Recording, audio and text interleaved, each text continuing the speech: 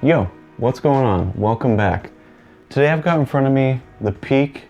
I'm working on the synth a little bit today because Novation just recently released a new firmware update for the Peak and Summit. There are a bunch of new features that were added to the Peak and the Summit, a lot of which I think are super useful, including ARP changes, more LFO capabilities. But I want to talk today about one of my favorite capabilities that's been added to the Peak and Summit, which is that you can now use noise as one of the sources for the mod matrix and sources for modulation. Just as a side note, it always makes me really happy and I feel good about a purchase when a company always goes back and keeps releasing new sort of aspects from their previous products. To me, it shows that they really care about that product, and it makes me feel good as a purchaser because I know that it's not going to be stagnant. It will always be coming up with new features, and it kind of keeps changing, which I love. So when it comes to using noise as a source for modulation, when I first saw this, it was super intriguing and sort of interesting in the sense I wasn't really sure how useful that would be.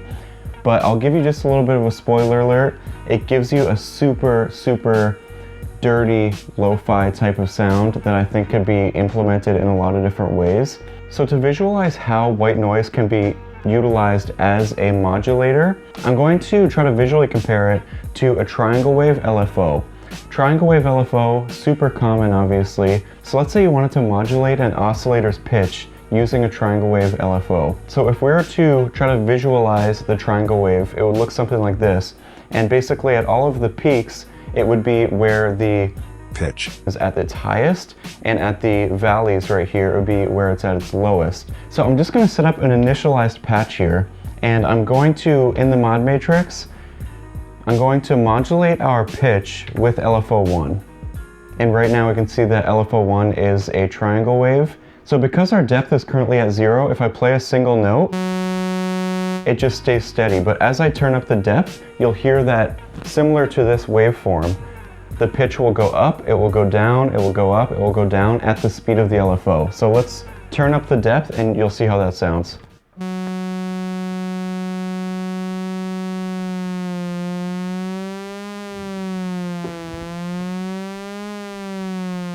So obviously not necessarily something you'd want to use in an actual patch, but it just demonstrates how a triangle wave LFO can modulate the pitch. So now similarly, if we look at a sort of noise waveform, a white noise waveform, it looks like this, more something like this. Obviously, the peaks and valleys are way more pushed together and way more close together, and there's way more variability on where those peaks and valleys may actually lie. So now keeping in mind this sort of visual aspect of the noise waveform, let's now, rather than modulating our pitch with the LFO, let's modulate it with noise.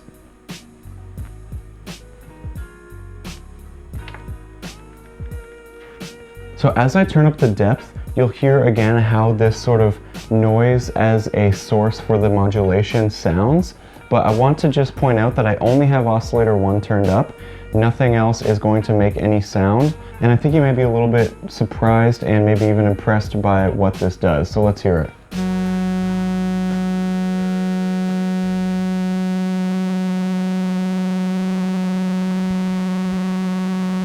As you could hear while I turned up the depth, the pitch is being modulated at such a quick rate and at such a random rate that it almost sounds like there's just sort of static being implemented into our sound. So if we develop this patch just a little bit further, simply turning down the LFO and maybe editing our amp envelope a little bit, putting some attack, sustain, release, decay on it, it just gives the patch such a gritty lo-fi feel, and it sounds like it's more than just one oscillator doing all the work. It sounds like we actually almost have noise being played in the background, but in reality it's just the noise that is modulating the pitch.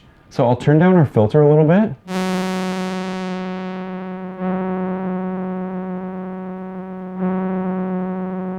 And I'm actually just going to put this on auto chord so we can hear it in sort of like a chord situation.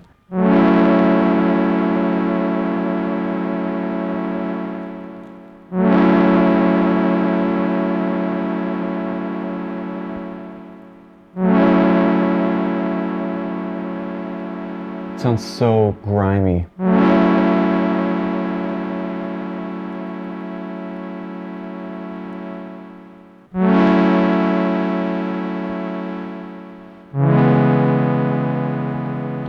I'm going to add in another oscillator just to give our sound a little bit more bass. So I'll add in the second oscillator, turn it up to maybe 100 in terms of the current.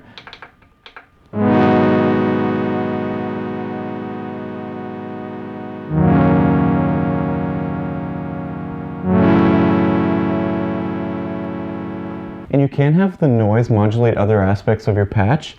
The Peak really, I think the mod matrix is a really useful tool, and there's a lot of capabilities in terms of what you can modulate. But for using the noise as a source for the modulation, I find that using it on the pitch is sort of the most implementable. I'm sure there's a lot of ways you can implement it, but the grimy feel that you get out of using the noise against the pitches of the oscillators, I find is just, it's really strong.